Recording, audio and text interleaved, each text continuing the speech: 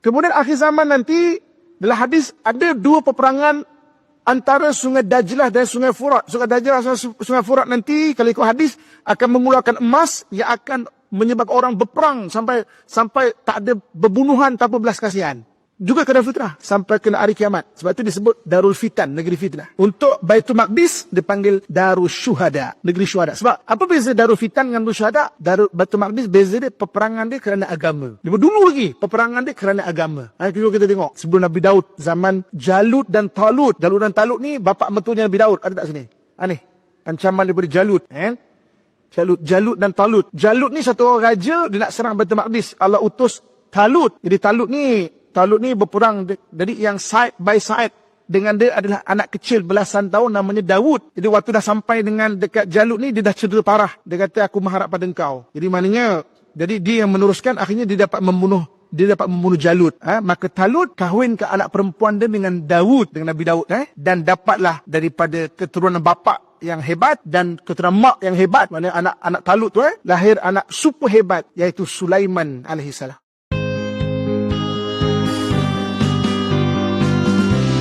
Ia akan tetap berlalu, tak akan diulang lagi.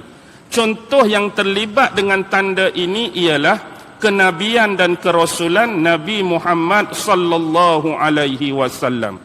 Bila Nabi Muhammad dilahirkan, bila Nabi Muhammad diangkat menjadi nabi dan rasul, itu adalah sebahagian tanda kiamat kecil. Tetapi bila Rasulullah dah meninggalkan kita, bila Rasulullah dah wafat, tanda itu tak akan berulang lagi. Maksudnya tidak akan ada Rasulullah ini bangkit buat kali kedua. Tidak akan ada the second coming bagi Rasulullah sallallahu alaihi wasallam kecuali menemui dan menjumpainya di padang mahsyar kelak. Begitu juga dengan peristiwa mukjizat terbelahnya bulan.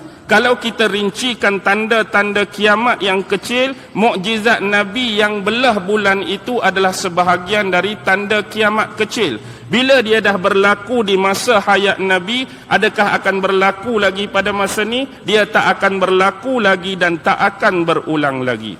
Yang ni ialah contoh tanda kiamat kecil yang dah berlaku dan tak akan berulang lagi. Yang kedua ialah merujuk kepada tanda kiamat kecil yang akan ada, yang akan berlaku, yang akan sering terjadi dan diulang-ulang konsep kejadiannya. Maksudnya benda ni bila muncul dia tak akan berhenti-henti, dia tak akan tamat-tamat sehinggalah dunia ini menuju pengakhiran dia, iaitu kiamat. Sebagaimana kita boleh lihat perkara-perkara dalam konteks yang kedua ini menerusi 40 hadis peristiwa akhir zaman. Kita kata ada sekumpulan manusia iaitu yang diberikan amanah tetapi tidak mampu menunaikan dan menjalankan amanah dia. Bila dia start ada grup macam ni, dia akan berterusan, akan muncul, akan ada sampai hari kiamat. Begitu juga dengan sabda Nabi tentang merebaknya amalan perzinaan. Bila dia start orang berzina, sampai hari kiamat pun tetap akan berlaku perzinaan, akan berulang-ulang. Begitu juga hadis Nabi menyebut tentang akan melatanya amalan riba. Bila start muncul riba, sampai hari kiamat pun riba akan berlangsung dan berlaku. Begitu juga bila Rasulullah menyebut orang perempuan di akhir zaman ni akan pakai pakaian tetapi seumpama telanjang. Tetap akan berlaku dan berulang-ulang. Begitu juga ada sekumpulan manusia yang mengaku jadi nabi. Tetap akan ada di setiap ketika dan setiap zaman. Jadi itu sebahagian daripada contoh bila dia dah bermula, dia akan terus berlaku dan dia akan berulang-ulang sifat tersebut. Dan dalam konteks yang ketiga, ialah tanda-tanda kiamat kecil yang dikatakan masih belum berlaku. Tanda kiamat kecil tapi tak berlaku. Antara dulu yang disebutkan oleh ulama, ni ulama sebut dulu, mungkin sekarang dah berlaku, iaitu akan menjadi kesuburan di kawasan tanah Arab akan jadi subur. Dan di sana akan diairi dengan pengaliran-pengaliran tertentu. Maksudnya tanah-tanah yang sebelum ni gersang, tanah-tanah yang sebelum ni tandus, tanah-tanah yang sebelum ni kering di bumi ataupun kawasan Arab tu sekarang akan jadi tanah yang subur dan dibuat saliran-saliran dan pengairan tertentu untuk menyuburkan dia. Mungkin ulama letak benda ni tak berlaku pada zaman mereka dan hari ini benda ni mungkin dah berlaku. Baik, dan yang keempat inilah yang menjadi sasaran kepada kita malam ini, iaitu perkara-perkara yang melibatkan tanda kiamat besar. Bila sebut tanda kiamat besar, ramai di antara kita malam ni yang mungkin ada depan saya hadirin dan hadirat yang dah hafal antara 10 tanda kiamat-kiamat besar. Tetapi yang paling dominan di antara ke-10 tersebut ialah 4 benda yang ditunggu-tunggu kedatangannya, iaitu yang pertama merujuk kepada kedatangan Dajjal. Yang kedua, kedatangan Imam Al-Mahdi yang menjadi tajuk dan topik utama malam ini. Yang ketiga, turunnya Nabi Isa alaihi salam, dan yang keempat, keluarnya Ya'juj dan Ma'juj. Inilah 4 yang paling dominan dan sering dibicarakan di kalangan bukan sahaja masyarakat awam, lebih jauh dia ini dibahaskan dan diperdebatkan di kalangan ulama-ulama dan cendekiawan Islam. Jadi bila kita dah didepani dengan hal-hal tersebut dan benda ini amat memudahkan bagi kita untuk memahaminya, sekarang timbul persoalan-persoalan. Perlu tak kita nak mengenal? Perlu tak kita nak memaham? Perlu tak kita nak mengetahui hal ehwal yang berkaitan dengan tanda-tanda akhir zaman? Apa keperluan tahunya benda ni pada kita? Apa keperluan tahu dan faham benda ni pada kita? Apa perlunya tahu, faham dan mengerti benda ni pada kita? Jadi yang paling penting saya akan mendatangkan beberapa dalil. Antaranya termasuk ialah yang pertama yang menjadi rukun iman kita ialah beriman kepada Allah dan beriman kepada Rasul. Sebab apa yang ni jadi paksi? Sebab apa yang ni jadi base? Sebab segala tanda-tanda hari kiamat, baik yang kecil maupun yang besar, datang daripada 2 sumber ini. Datang daripada keimanan kita pada Allah dan keimanan kita pada Rasul. Sebagaimana yang disebutkan di awal surah Al-Baqarah. Alif Lam Mim.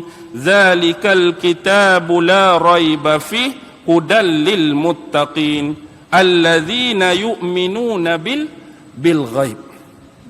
Zalikal kitab, itulah kitab yang dinamakan sebagai Al-Quran, yang tidak ada sedikit pun keraguan padanya, yang dia ni dapat memberikan hidayah dan petunjuk bagi orang-orang yang bertakwa. Apa tagline orang yang bertakwa? Iaitu orang-orang yang beriman dengan perkara-perkara yang bersifat ghaib. Yang kita sebut 4 paling dominan tadi sudah nyata atau jelas depan kita atau belum muncul? Imam Mahdi dah jumpa tak? Belum lagi. Dajjal dah keluar tak? Belum lagi. Nabi Isa dah turun tak? Belum lagi. Ya'juj Ma'juj dah keluar ke? Wallahu a'lam. Jadi sekarang tu benda tu kita percaya, kita beriman dan dia ghaibiyah buat masa ni. Dia di luar pengetahuan kita. Menjadi perkara yang ghaib daripada ilmu dan ma'rifat kita. Jadi kita percaya benda ni walaupun dia ghaibiyah, walaupun dia tak datang. Sebab apa? Bila kita percaya pada Allah, kita juga percaya pada firman dan wahyu yang diturunkan kepada Nabi Muhammad. Jadi yang jadi penyampai kepada wahyu dan firman tersebut ialah Nabi Muhammad sallallahu alaihi wasallam, yang juga kita wajib mengimani dan membenarkan setiap kata-kata dia, setiap perbuatan dia, setiap pengakuan dan takrir daripada dia. Dan yang kedua ialah kita ni beriman kepada yang kita sebut awal tadi, iaitu beriman kepada hari kiamat yang nombor 5. Dalam hadis Nabi dengan Jibril disebutkan, an tu'minu billahi wa malaikatihi wa kutubihi wa rusulihi wal yaumil akhir wa tu'mina bil qadari khairihi wa syarrih. Apa dia iman itu? Iman itu ialah beriman kepada Allah, beriman kepada malaikat, beriman kepada kitab Rasulnya, hari kiamat dan qadarnya. ketentuannya sama ada yang baik ataupun ketentuan qadarnya sama ada yang buruk. Jadi bila kita dah beriman kepada hari kiamat, inilah yang jadi paksi kepada kita untuk meyakini tentang keberadaan munculnya 4 kumpulan ataupun 4 individu yang dighaibkan daripada mata dan ilmu kita sekarang. Seterusnya, yang menjadi paksi kepada kekuatan benda-benda tersebut inilah dapat mengukuhkan keimanan, dapat mengukuhkan kepercayaan, dapat mengukuhkan keyakinan kita kepada Allah dan perkara-perkara yang terlibat dengan rukun iman yang 6 tadi. Sekarang kita nak alihkan tujuan ataupun pandangan kita malam ini kepada satu perkara. Inilah yang disebutkan sebagai Al-Mahdi. Bila kita sebut Al-Mahdi, apa maksud Al-Mahdi dalam bahasa Arab? Al-Mahdi ini ialah kata dasar, kata akar bagi huda, hidayah, iaitu yang diberi hidayah ataupun yang diberi petunjuk. Itulah makna Al-Mahdi, yang diberi hidayah ataupun yang diberi petunjuk. Kalau kita nak bahas dalam ilmu nahu atau ilmu saraf, dia disebut sebagai isim maf'ul. Isim maf'ul.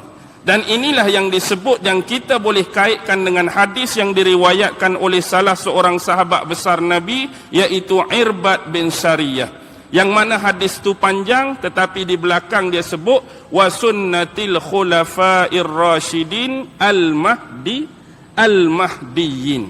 Maksudnya sunnah khulafah-khulafah yang terpimpin, sunnah khulafah-khulafah yang terbimbing.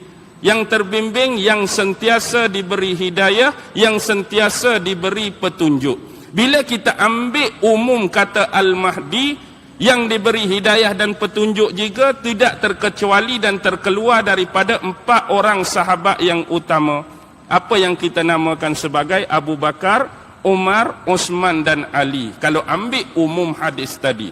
Tetapi pengkhususan hadis-hadis yang diceritakan oleh Rasulullah bukan merujuk kepada 4 nama sahabat tadi, tetapi individu tertentu yang akan lahir daripada keturunan salah seorang ahli keluarga Rasulullah, yang dikatakan berasal daripada keturunan Sayyidina Hasan bin Ali radhiyallahu taala anhuma, dari sebelah bapa, dan ada riwayat yang menyebut akan datang daripada keturunan Husain bin Ali radhiyallahu taala anhuma dari sebelah ibu. Itulah yang dikatakan sebagai Al-Mahdi. Tetapi sebelum kita pi lebih jauh, ada seorang ulama dianggap sebagai ulama yang hebat dalam ilmu hadis, iaitu Imam Ibnu Qayyim Al-Jauzi rahimahullahu taala. Imam Ibnu Qayyim ni, bila dia lihat hadis-hadis yang datang yang diriwayatkan oleh para sahabat, kemudian sampai periwayatan tersebut kepada ulama-ulama, dan bila sampai periwayatan tersebut ke tangan beliau, beliau mula menyaring hadis-hadis yang ada keterkaitan dan penisbahan dengan Imam Mahdi. Lalu beliau membuat satu komentar, hadis-hadis yang diriwayatkan mengenai Imam Mahdi terbahagi kepada 4 kumpulan hadis. Yang beliau sebut, yang pertama, ada hadis-hadis tersebut bertaraf sahih. Ada hadis-hadis tersebut bertaraf hasan. Ada hadis-hadis tersebut bertaraf gharib. Ada hadis-hadis tersebut bertaraf maudhu' ataupun dhaif. Inilah pembahagian yang dibahagikan oleh Imam Ibnu Qayyim Al-Jauzi. Tetapi saya nak bawa di sini pengalaman-pengalaman dan pandangan-pandangan yang pernah diutarakan oleh ulama-ulama terdahulu, yang khilaf bagi mereka siapakah Al-Mahdi yang dimaksudkan oleh Rasulullah, yang dimaksudkan oleh Nabi, yang akan muncul di akhir zaman, kepada sekurang-kurangnya 4 bahagian. Bahagian yang pertama, ada ulama-ulama sebelum kita ni berkomentar bahawa Imam Mahdi yang dimaksudkan oleh Nabi yang akan muncul di akhir zaman ni tidak lain dan tidak bukan merujuk kepada individu yang sama yang akan diturunkan oleh Allah, iaitu Nabi Isa alaihi salam. Jadi jangan pelik, jangan cepat melatah. Jadi ulama-ulama sebelum kita dah ada yang berpendapat dan berpandangan demikian. Maksudnya Imam Mahdi itu orang yang sama, iaitu Nabi Isa alaihi salam yang akan diturunkan oleh Allah di akhir zaman kelak. Satu pandangan. Yang kedua, ada juga yang berpandangan Al-Mahdi itu adalah nama salah seorang khalifah Daulah ataupun Bani Abbasiyah. Kalau kita belajar tentang dinasti dan kerajaan Islam, selepas Sayyidina Ali itu ada dinasti Umayyah, ada dinasti Abbasiyah, ada dinasti Andalusia, ada dinasti yang panjang sampailah dinasti Utsmaniyah. Tapi dinasti yang kedua, Daulah Abbasiyah tu ada salah seorang khalifah dia dengan gelaran Al-Mahdi daripada kabilah Bani Abbas. Ada juga ulama yang berpendapat dan kata Al-Mahdi yang dimaksudkan tu, yang akan datang tu merujuk kepada salah seorang khalifah daripada dinasti Daulah Abbasiyah. Dan perkara ni dah berlalu dan berakhir pun kalau merujuk kepada dia. Jadi kita terima pandangan dan pendapat tersebut dengan hati yang terbuka. Itu pendapat, itu pandangan. Dan yang ketiga ialah, yang inilah yang disepakati oleh sebahagian besar ulama-ulama ahli sunnah wal jamaah, dan saya kira peratusan besar yang diyakini dan dipercayai oleh kita semua malam ini, iaitu Imam Mahdi masih lagi belum dimunculkan oleh Allah, tetapi seorang individu, figure, personality, insan yang akan dibangkitkan oleh Allah di akhir zaman kelak. Yang kita sebut sifat dan ciri dia tadi ialah salah seorang daripada keturunan Nabi, yang keturunan bapa melalui Hasan, keturunan ibu melalui Husain. Maksudnya dia tak muncul lagi, dia akan datang di kemudian hari bila dekat nak hari kiamat. Jadi ulama-ulama yang mengatakan ada 4 jenis hadis tadi tentang datangnya Imam Mahdi, sama ada Hasan, sama ada Sahih, sama ada Gharib, sama ada Maudhu'. Tetapi bila kita menggabungkan keseluruhan hadis-hadis tersebut, yang dhaif ataupun yang gharib tadi akan jadi naik tingkatan darjat dia, kerana begitu banyak hadis-hadis yang lebih kuat yang bertaraf sahih, hadis-hadis yang lebih banyak dan kuat yang bertaraf hasan. Dengan kata lain, hak gharib dan dhaif tadi saling melengkap, saling membantu menguatkan dengan hadis-hadis yang lain. Okey, sekarang kita pergi pada pandangan yang terakhir. Pandangan terakhir yang saya maksudkan ialah ini bukan aliran biasa ahli sunnah wal jamaah, tetapi yang ini ialah dari aliran Syiah Imamiyah.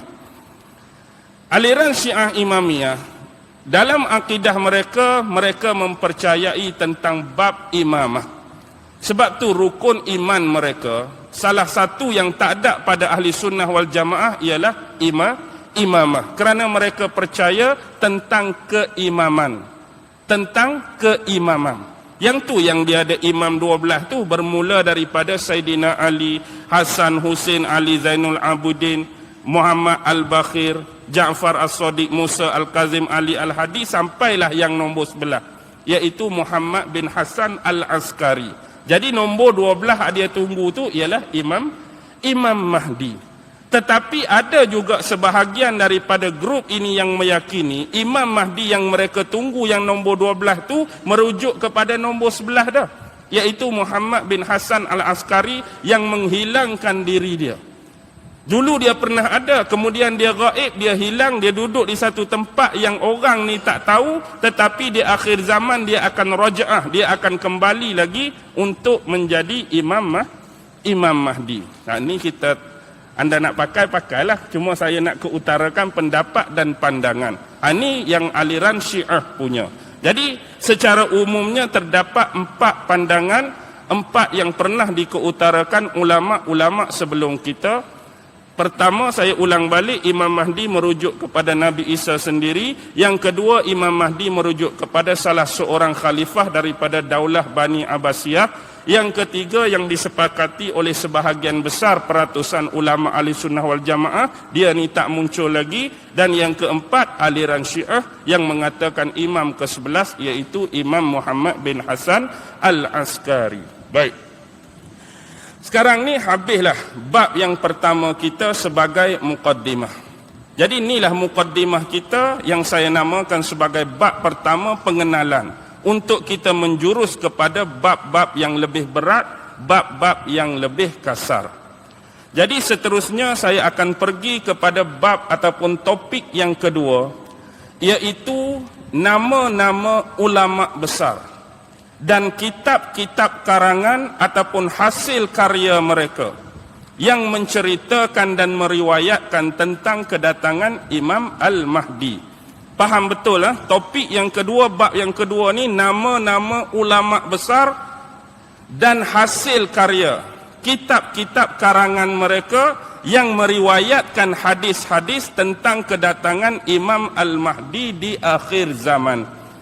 Baik, antara yang saya boleh senaraikan, memang banyak kitab-kitab yang terhasil daripada kalangan ulama ahli sunnah wal jamaah. Antaranya yang pernah sampai ke tangan kita hari ini hampir 63 buah kitab yang diketahui, yang dicetak, yang dapat dibeli, yang dapat dibaca, yang dapat dinikmati ilmu dia. Tetapi di luar pengetahuan kita mungkin masih banyak kitab-kitab yang tidak sampai ke tangan kita, yang menceritakan tentang kehadiran dan kedatangan Imam Mahdi, baik ulasan mereka itu secara umum atau ulasan mereka secara khusus tentang sifat-sifat, tentang kita kata perangai-perangai, tentang perilaku-perilaku, tentang keadaan-keadaan menjurus kepada Imam Al-Mahdi. Antaranya saya akan sebutkan beberapa nama ulama dan kitab karangan mereka tentang periwayatan tersebut. Antara yang paling besar ialah selepas Al-Quran kita ada ulama-ulama hadis kan? Ulama-ulama hadis. Baik. Yang pertama ialah Imam Bukhari. Semua orang kenal Imam Bukhari. Dalam kitab Imam Bukhari yang disebut sebagai Sahih Al-Bukhari, di dalam satu tajuk iaitu kitab Bad'ul Khalqi wa Nuzuli Isa alaihi salam, dalam jilid yang keempat. Jadi dalam Sahih Bukhari, dalam kitab Bad'ul Khalq wa Nuzuli Isa alaihi salam jilid keempat, ada meriwayatkan hadis tentang Imam Mahdi. Yang kedua, Imam Muslim. Imam Muslim, imam yang sinonim dengan kitab karangan dia Sahih Muslim. Boleh kita buka jilid 1, boleh buka jilid 2, bab Nuzuli Isa alaihi salam, bab yang ke-18. Jadi ada 2 jilid. Bab 18 jilid 1, bab 18 jilid 2 ada meriwayatkan tentang hadis kedatangan Imam Mahdi. Imam yang ketiga ialah imam hadis, iaitu Imam Abu Dawud.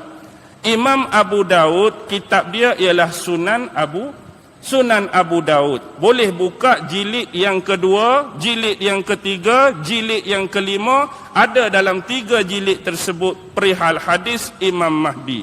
Seterusnya Imam At-Tirmizi yang terkenal dengan kitab Sunan, iaitu Sunan At-Tirmizi. Di dalam kitab Sunan dia boleh buka jilid kedua, boleh buka jilid ke-9. Banyak hadis yang memperihalkan tentang Imam Mahdi. Seterusnya Imam Ibnu Majah yang terkenal dengan kitab hadis dia Sunan Ibnu Majah, boleh buka kitab jilid yang kedua. Ada hadis memperihalkan tentang Imam Mahdi. Begitu juga dengan seorang imam, salah seorang imam mazhab yang cukup terkenal dan berkepakaran serta berkemahiran dalam bidang hadis, iaitu Imam Ahmad bin Hanbal. Imam Ahmad bin Hanbal dia ada satu kitab hadis yang bernama Musnad Ibnu Hanbal. Boleh buka jilid pertama dan jilid ketiga, ada hadis tentang kedatangan Imam Al-Mahdi. Yang ketujuh, kita boleh rujuk kitab Imam An-Nasai, salah seorang imam hadis, iaitu Sunan An-Nasai jilid kedua, ada berita tentang kedatangan Imam Mahdi. Imam yang ke-8 iaitu Imam Al-Hakim, salah seorang ulama besar hadis, Mustadrak ala Sahihaini. Dialah ulama hadis yang menyaring kembali hadis-hadis sahih daripada Bukhari dan Muslim, lalu menamakannya sebagai Al-Mustadrak ala Sahihaini. Boleh buka Mustadrak ala Sahihaini jilid yang keempat, ada hadis pasal Imam Mahdi. Begitu juga yang kesembilan, Imam Ibnu Hajar Al-Haytami, kitabnya Sawa'iqul Mukhriqah, khusus tentang Imam Mahdi. Yang ke-10 juga Imam Ibnu Hajar Al-Haytami, Al-Qaulul Mukhtasar fi Alamatil Mahdiyil Muntazar, juga kitab yang khusus saja-saja pasal Imam Mahdi. Begitu juga imam yang ke-11, Imam Ibnu Tawus, dengan kitab dia Al-Malahim wal Fitan.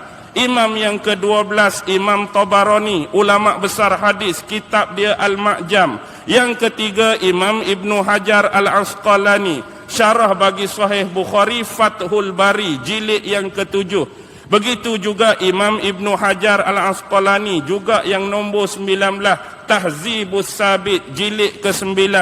Yang ke-20 juga Imam Ibnu Hajar Al-Asqalani, kitab dia Nuzhatun Nazar. Nak lagi yang ke-16, Imam Baihaqi dalam Sunanul Kubra. Nak lagi Imam Jalaluddin As-Suyuti dalam Jami'us Shaghir. Imam Jalaluddin As-Suyuti dalam Alamatil Qiyamah. Begitu juga dengan Imam Ibnu Asakir, seorang tokoh sejarah dan sirah, iaitu Tarikh Ibnu Asakir jilid keempat, ada kisah Imam Mahdi. Salah seorang tokoh tafsir, Imam Tabari, yang terkenal dengan tafsir Tabari, juga pengarang kitab sejarah dan sirah Tarikh Umam wal Muluk, atau dikenali Tarikh Tabari, buka jilid yang ke-7. Nak lagi kah? Nak lagi tak payah dah tak? Jadi ada 63. Ini adalah nama-nama ulama besar. Sebahagian besar adalah beraliran Ahlus Sunnah wal Jamaah. Yang mana hasil karya mereka ni, kalau yang ulama dalam bidang hadis, mereka telah meletakkan bab-bab dan topik tertentu di dalam kitab hadis mereka tentang kedatangan Imam Al-Mahdi. Jadi ulama-ulama yang terkemudian daripada mereka seperti Imam Ibnu Hajar Al-Asqalani, Imam Ibnu Hajar Al-Haytami, Imam Suyuti, Imam Abu Nu'aim, Imam Hamad, mereka meletakkan satu kitab secara khusus tentang hadis-hadis yang diriwayatkan oleh imam-imam sebelum ni tentang kedatangan Al-Mahdi. Baki lagi menjadi kita yang rendah ilmu, macam saya, yang rendah ilmu macam kita semua, yang cetek tak tahu apa. Jadi untuk kita dapatkan maklumat, jadi saya dah sertakan antara nama-nama ulama dan kitab-kitab mereka yang boleh kita rujuk pada bila-bila masa sahaja. Kalau kita ada masa cari, kita ada masa belajar, kita ada masa talaki, kita ada masa fahamkan hadis-hadis tersebut. Jadi ini yang membawa kita kepada topik ataupun bab yang kedua. Sekarang saya nak berpindah kepada topik ataupun bab yang ketiga, iaitu sahabat-sahabat Nabi. Sahabat-sahabat Rasulullah, siapakah di antara mereka yang meriwayatkan hadis-hadis berkenaan kedatangan Al-Mahdi? Jadi ramai-ramai sahabat Nabi, ramai-ramai sahabat Rasulullah sallallahu alaihi wasallam tadi, berapa ramai dan siapakah antara mereka yang meriwayatkan hadis-hadis daripada Nabi semasa hayat dan hidup Nabi tentang kedatangan Al-Mahdi? Antaranya yang disaring dan dihuraikan oleh ulama-ulama sirah, ulama-ulama sejarah, dan begitu juga ulama hadis. Hampir ada 44 orang sahabat Nabi. 44 orang sahabat Nabi yang meriwayatkan hadis-hadis mengenai berita kedatangan Al-Mahdi. Jadi siapakah mereka? Ada ulama-ulama yang mengatakan termasuk mereka ialah ulama-ulama yang dijamin masuk syurga oleh Allah Subhanahu wa taala. Ada sahabat-sahabat yang dekat dengan Nabi, ada sahabat-sahabat yang setia dengan Nabi, ada sahabat-sahabat yang senior dengan Nabi, Ada sahabat-sahabat yang jarang bertemu dengan Nabi tetapi juga mampu mengambil dan meriwayatkan hadis tertentu berkenaan dengan kisah kedatangan Al-Mahdi. Antara yang disebutkan sebilangan besar daripada 44 orang tersebut, saya sebutkan malam ni antaranya ialah 4 orang Ummul Mukminin. Bila sebut Ummul Mukminin merujuk kepada isteri-isteri Rasulullah sallallahu alaihi wasallam. Siapa salah seorang ataupun 4 orang isteri Nabi yang riwayat hadis tentang Mahdi? Yang pertama ialah isteri Nabi yang paling dikasihi dan disayangi, iaitu Sayyidatina Aisyah radhiyallahu taala anha meriwayatkan hadis tentang Al-Mahdi. Yang kedua Ummul Mukminin Ummu Salamah radhiyallahu taala anha. Yang ketiga Ummul Mukminin Ummu Habibah radhiyallahu taala anha. Yang keempat iaitu Ummul Mukminin Maimunah radhiyallahu taala anha. Jadi di kalangan isteri Rasulullah ada Aisyah, ada Ummu Habibah, ada Ummu Salamah, ada Maimunah, 4 orang. Di kalangan sahabat-sahabat Nabi hak dijamin masuk syurga, adanya hadis diriwayatkan daripada Uthman bin Affan. Ada hadis yang diriwayatkan oleh sepupu dan menantu Rasulullah sendiri, iaitu Sayyidina Ali radhiyallahu taala anhu. Ada juga sahabat yang bernama Sayyidina Ali Al-Hilali radhiyallahu taala anhu. Jadi sebahagian besar ada 6 orang sahabat yang meriwayatkan hadis Al-Mahdi yang dimulakan dengan nama Abdullah. 6 orang sahabat Nabi yang riwayat hadis Al-Mahdi yang dimulakan dengan nama Abdullah. Mesti sahabat hak masyhur dah. Yang pertama Abdullah bin Abbas. Yang kedua Abdullah bin Umar. Yang ketiga Abdullah bin Mas'ud. Yang keempat Abdullah bin Amru bin Al-As. Yang kelima Abdullah bin Al-Haris. Yang keenam Abdullah bin Hausib. Abdullah ibnu Abbas pupu Nabi. Abdullah ibnu Mas'ud orang yang jaga kayu sugi Nabi. Abdullah bin Umar anak Sayyidina Umar bin Al-Khattab. Abdullah bin Amru ialah anak kepada sahabat Amru bin Al-As.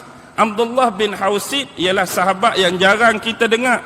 Abdullah Al-Hausib satu, Abdullah bin Al-Haris juga sahabat yang jarang kita dengar. Jadi ada 6 orang sahabat yang dimulakan dengan nama Abdullah.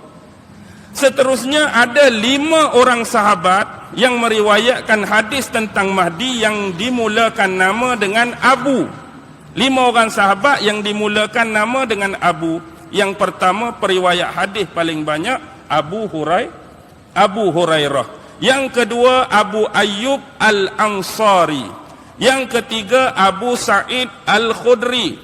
Yang keempat Abu Umamah Al-Bahili. Yang kelima Abu Tufail radhiyallahu taala anhuma.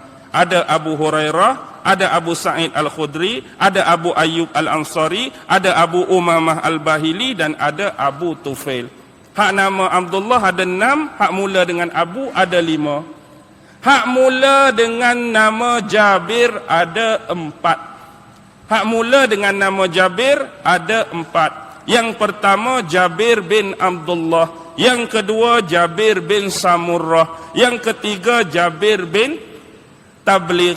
Dan yang keempat Jabir bin Majdi As-Sadafi. Jabir bin Majdi As-Sadafi. Ada 4 orang yang mula dengan nama Jabir. Dan yang dimulakan dengan nama Amru ada 3 orang. Yang dimulakan dengan nama Amru ada 3 orang, iaitu Amru bin Al-As, bapa kepada Abdullah bin Amru tadi. Yang kedua ialah Amru bin Nufair. Dan yang ketiga ialah Amru bin Murrah Al-Juhani. Jadi ada 3 sahabat yang nama Amru.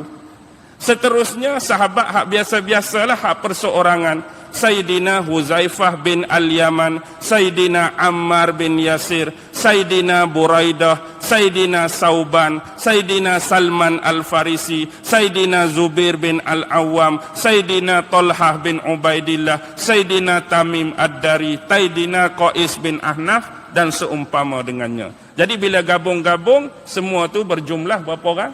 44 orang sahabat Nabi yang meriwayatkan hadis-hadis daripada Nabi waktu dia hidup dengan Nabi, mendengar sendiri perkataan tu dengan telinga mereka dan meyakini dengan hati, jiwa dan perasaan mereka, akhirnya diriwayatkan kepada sahabat-sahabat, para tabi'in dan seterusnya. Hadis tu sampai pada kita hari ini. Jadi bila dalam banyak-banyak hadis tu kita kembali kepada bab yang awal tadi, sebagaimana Imam Ibn Qayyim kata, dalam banyak-banyak hadis tu terbahagi kepada 4 jenis hadis tadi kan. Sama ada dia sahih, dia hasan, dia gharib ataupun dia dhaif. Baki lagi, sahabat-sahabat ni kemudian menuturkan hadis-hadis ni kepada umat-umat selepas mereka. Bila sebut umat selepas sahabat, dia dipanggil tabi'in. Antara 5 tabi'in besar yang meriwayatkan hadis-hadis Imam Mahdi tapi secara mursal. Ada 5 orang. Yang pertama ialah Sa'id ibnu Musayyab. Pernah dengar nama ni? Sa'id ibnu Musayyab ni bukan orang lain. Dia ni menantu Abu Hurairah. Tabi'in yang nama Sa'id bin Musayyab ni menantu kepada sahabat Abu Hurairah seorang. Yang kedua ialah imam besar di Basrah yang juga terkenal sebagai ahli sufi pertama, iaitu Imam Hasan al-Basri. Yang ketiga Imam Qatadah. Yang keempat Imam Muammar dan yang kelima Imam Syahar bin Hawsab. Tu ada 5. Sa'id bin Musayyab, yang kedua Imam Hasan Basri, yang ketiga Imam Qatadah, yang keempat Imam Muammar, yang kelima Imam Syahar bin Hawsab. Jadi inilah 5 orang tabi'in yang meriwayatkan hadis mengenai kedatangan Imam Mahdi secara mursal. Jadi kalau kita nak tengok periwayatan tersebut, jelas sampai kepada kita periwayatan daripada sahabat yang jumlah 44 ini. Ada di antara mereka yang cuma menerima 1 hadis daripada Nabi. Ada di antara sahabat yang menerima 2 hadis daripada Nabi. Ada di kalangan sahabat yang menerima 3 hadis daripada Nabi. Ada juga di kalangan sahabat yang menerima lebih daripada 3 hadis daripada Nabi berkenaan dengan Imam Mahdi. Dengan kata yang lain, jelas dan banyaknya periwayatan dan jalan-jalan rawi ini, sesungguhnya tahap penerimaan hadis kita tentang kedatangan dan pemberitaan munculnya Imam Mahdi adalah pada darjat mutawatir mutlak. Memang tak boleh dinafi, memang tak boleh diingkari. Memang hadis ni mutawatir. Sama ada dia 4 jenis tadi pun, hak dhaif dengan gharib tu dia jadi kuat. Disebabkan terlampau banyaknya jalan periwayatan dan para perawi yang meriwayatkan tentang hadis ini. Baik, boleh faham tak setakat ni? Hak nama tu tak payah hafal lah. Itu saya nak sebut saja sebagai pengetahuan.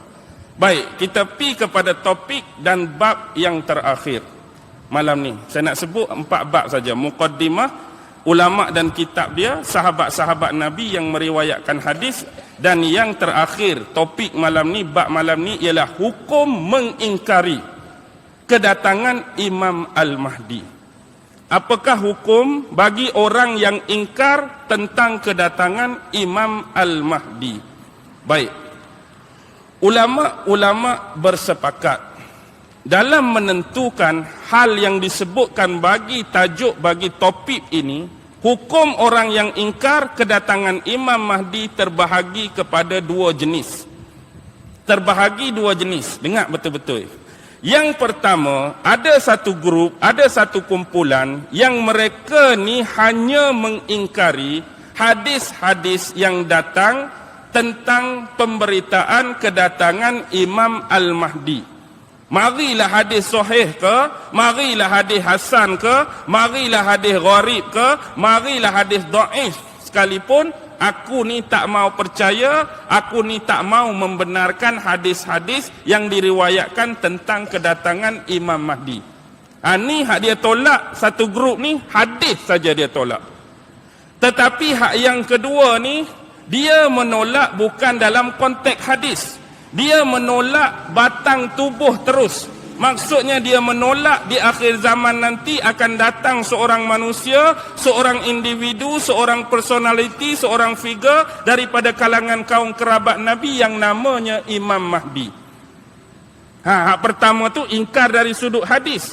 Hak kumpulan yang kedua, konteks ingkar dia memang tak percaya terus. Tak ada Imam Mahdi yang akan muncul, tak ada Imam Mahdi yang akan mai di akhir zaman nanti. Jadi, ada sesetengah orang, dia hanya menolak salah satu.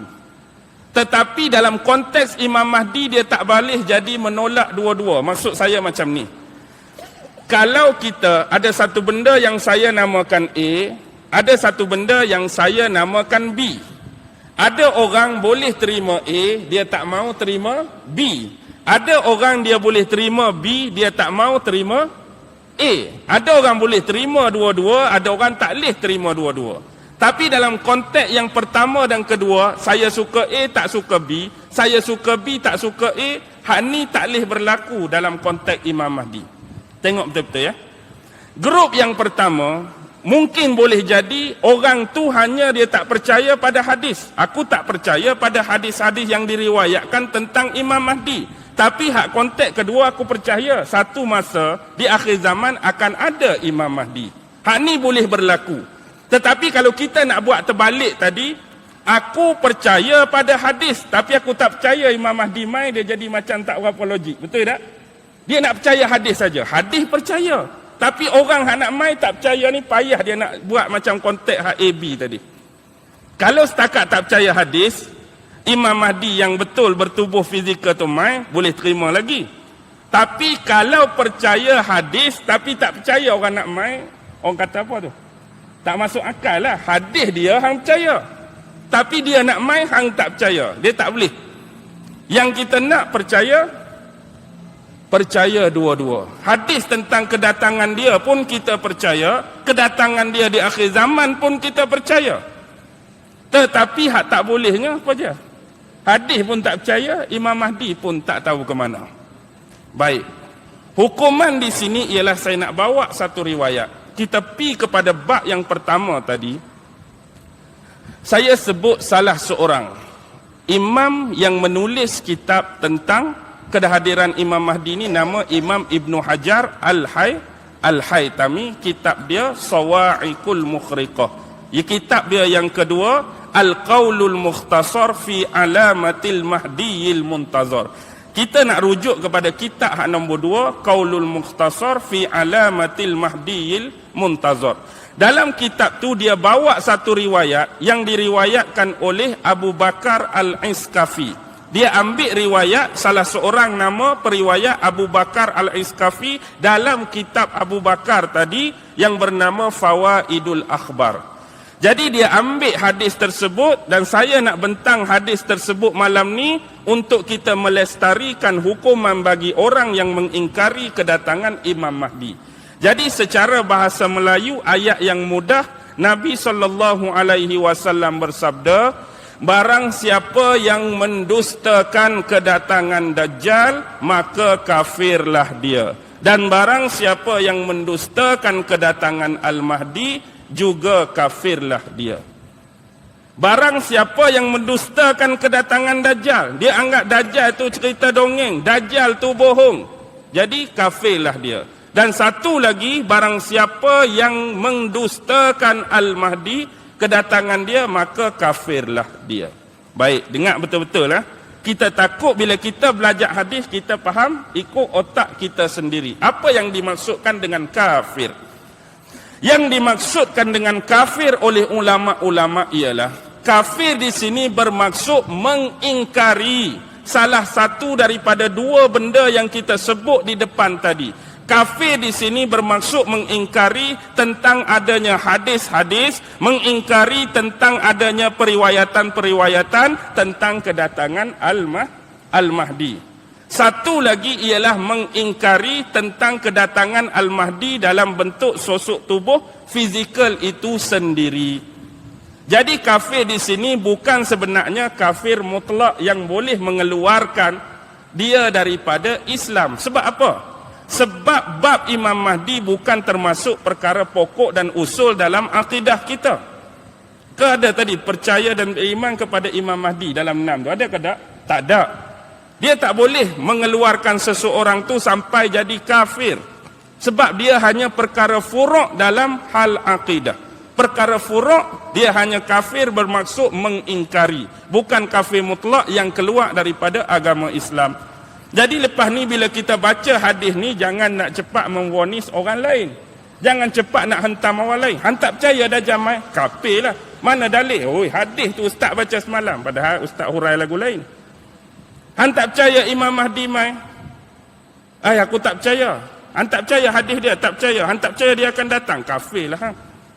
Sebelum ni kalau kita faham demikian, tolong ubah balik. Corak pemikiran kita yang dimaksudkan kafir di sini ialah cuma mengingkari hadis dan mengingkari kedatangan dalam bentuk tubuh badan ataupun fizikal dia.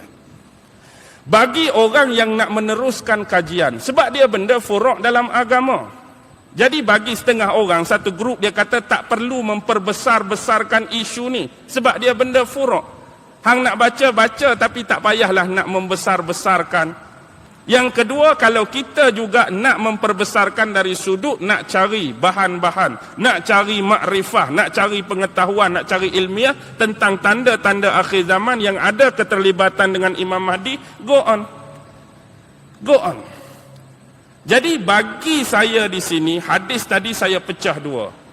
Bagi orang yang nak percaya hadis dan percaya Imam Mahdi, jangan cepat-cepat melontarkan tuduhan kafir kepada orang yang tak percaya. Maksud lontar di sini, jangan tuduh kafir mutlak dan keluar dia daripada Islam. Hak yang kedua pula, hak tak mau percaya tu, jangan pula, hadis ni biarlah betul, hadis ni perawi dia kuat ke, hadis ni sanad dia kuat ke, hadis dia matan ni kuat, akibat tak mau percaya sampai kita sanggup mengatakan hadis ni, palsu kot, hadis ni maudhu' kot, hadis ni gharib kot.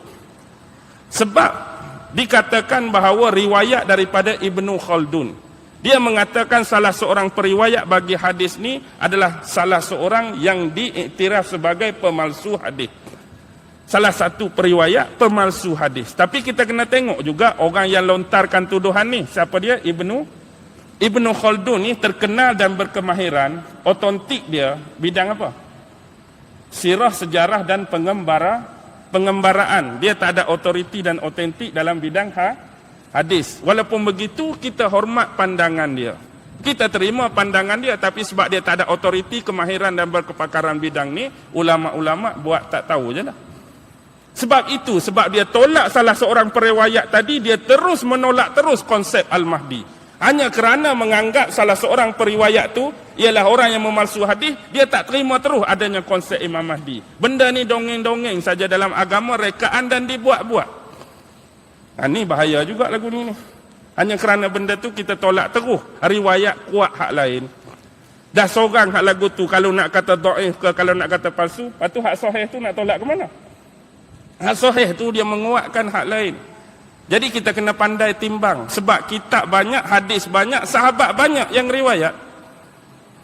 Jadi salah seorang Grand Sheikh Al-Muhaddisin, iaitu Syekh Abdullah bin Sadiq. Tak ada kena mengena dengan Sadiq Segaraga. Syekh Abdullah bin Sadiq saja. Dia ni Grand Sheikh dalam bidang muhaddisin. Cuma untuk bab Imam Mahdi dia kata apa? Dia kata barang siapa yang mengaku, barang siapa yang mendakwa, barang siapa dia klaim dirinya adalah Imam Mahdi, sebenarnya dia telah melakukan kedustaan, pembohongan dan penipuan.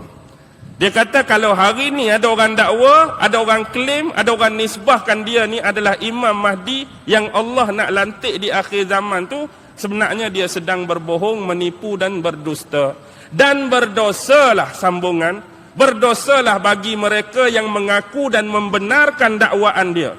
Tiba-tiba ada seorang mengaku Imam Mahdi, kita pun mengaku. Betul tu, tengok dengan sifat dia kuasa Imam Mahdi sungguh. Kita membenarkan dakwaan dia jadi Imam Mahdi, kita pun jatuh pada tahap berdosa. Sedangkan tiada sesiapa pun yang mengetahui tentang hakikat sebenar Imam Mahdi kecuali selepas kemunculan dia yang hakiki dan sebenar. Jadi bila dia betul-betul muncul dan diiktiraf oleh semua orang ramai, barulah kita boleh mengiktiraf dia Imam Mahdi. Jadi kalau hari ni dia seorang saja mengaku dan 2-3 orang pengikut dia kata Imam Mahdi, boleh tak kita nak kata dia Imam Mahdi? Sebab Imam Mahdi ni kita kena relate dengan hadis Nabi, sifat-sifat dia. Kalau nak kira mengaku ni, siapa-siapa boleh mengaku tak? Hak ciri-ciri hak ada. Contoh Imam Mahdi berdahi luas. Saya dahi luas juga. Aku pun nak mengaku juga. Imam Mahdi bertelinga pepes. Saya seorang saja bertelinga pepes. Nak tahu telinga pepes macam mana? Cuba tengok telinga saya. Orang lain biasa telinga macam ni. Tak, kalau kata nak mengaku ni, pasal saya bukan nak mengaku ni. Saya nak tengok contoh kalau kata nak mengaku. Telinga pepes, dahi luar aku ada. Telinga pepes pun aku telinga pepes. Boleh nak mengaku. Kita sedar kita ni siapa? Siapa kita ni nak mengaku Imam Mahdi? Tu saya nak cakap. Memang orang dia relate. Ada banyak kenangan dia, terus saja nak mengaku. Jadi kita kena faham betul-betul bahawa dia adalah benar-benar insan pilihan Tuhan yang akan dihadirkan dan dimunculkan di akhir zaman kelak sesuai dengan kebenaran yang telah diilhamkan dan diwahyukan oleh Allah dan disabdakan oleh Nabi Muhammad sallallahu alaihi wasallam. Jadi malam ni saya minta maaf sebab tak boleh panjang-panjang. Memang saya pun tak berapa sihat, tak berapa segak. Tadi pun dah main jauh dengan Mat, dengan Nazih ni. Jadi saya sudahilah malam ni dengan 4 bab, 4 topik ni. Pertamanya secara umum muqaddimah, yang kedua nama-nama ulama dan kitab karangan mereka yang menceritakan tentang hadis kedatangan Imam Mahdi. Bab ketiga ialah sahabat-sahabat yang meriwayatkan hadis-hadis daripada Nabi tentang kedatangan Al-Mahdi, dan yang keempat tadi yang terakhir hukum mengingkari kedatangan Imam Al-Mahdi. Dan insya-Allah pada pertemuan yang kedua kita akan bermula dengan asal usul Imam Mahdi, nasab keturunan Imam Mahdi insya-Allah. Wabillahi taufiq wal hidayah. Wassalamu alaikum warahmatullahi wabarakatuh. A'udzu billahi minasyaitonir rajim. Bismillahirrahmanirrahim. Allahumma innaka ta'lam anna hadhihi al-quluba qad ijtama'at ala mahabbatik waltaqat ala ta'atik wa tawahhadat ala da'watik wa ta'ahadat ala nusrati syari'atik.